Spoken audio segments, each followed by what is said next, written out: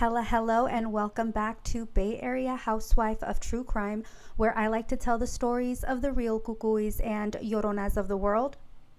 We are at part 2 of the Lashaun Harris case. As a reminder, topics may be triggering. Viewer and listener discretion is very strongly advised. The people mentioned are innocent until proven guilty in court.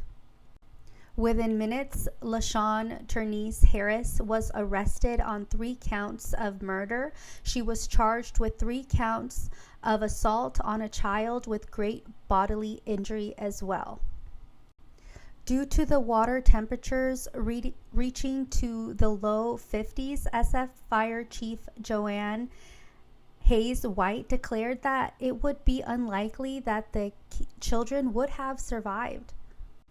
This real-life llorona left the baby stroller she used to maneuver her kids from place to place. Halfway down the pier, she knew that she was not going to need it anymore. She tried to warn them. In the months leading up to the filicide, Miss Lashaun had stopped taking her medication, and that came with the voices. She heard voices, and that day the voices told her that she needed to throw her children into the waters of the San Francisco Bay. 2 days prior to throwing her children off the Embarcadero, she called her mom and told her that she was going to take her kids to the city and, quote, feed them to the sharks, end quote. Lashaun's mom warned a social worker that the children were in danger on the day that they died, but the social worker did not believe her. For the past 2 months, this single mother of 3 children had been homeless and sought the refuge in the Salvation Army's garden shelter in Oakland, California. The staff described her as shy and reserved. They had also just talked to her that previous day and told the press that never in a million years would they have ever guessed that she would be capable of filicide.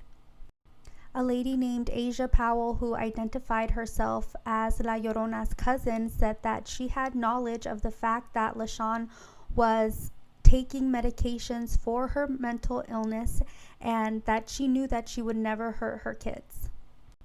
Everyone who knew Lashaun believed the babies were safe in her care because she loved them immensely and they loved her.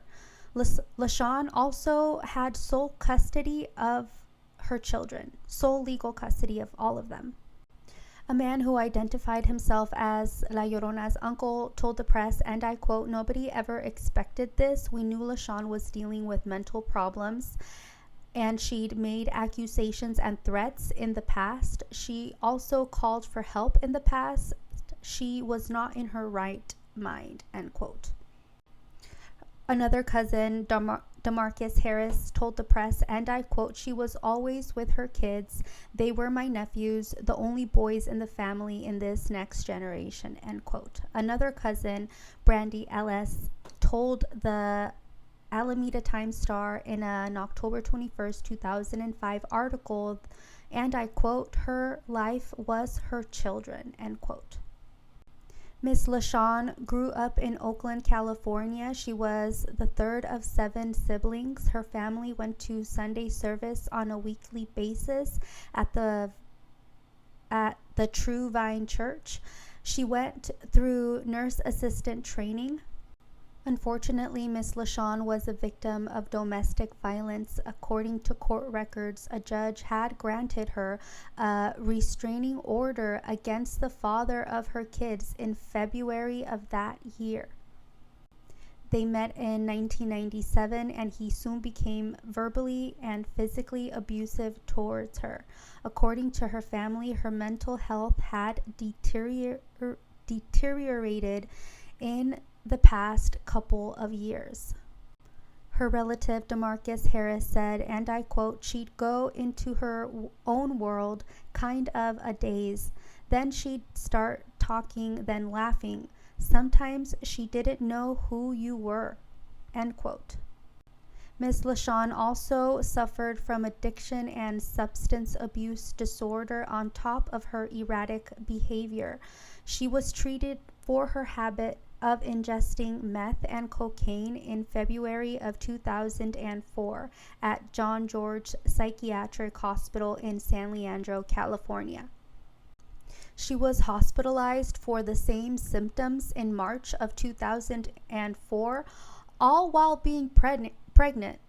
In January of 2005, she had voluntarily checked herself in for a month.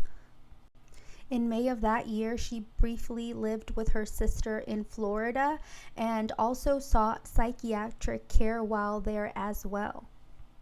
In July of 2005, she was again at John George. According to the Oakland police, she went without resistance, admitted that she was not taking her medication, and was hearing voices. She had been prescribed Haldol.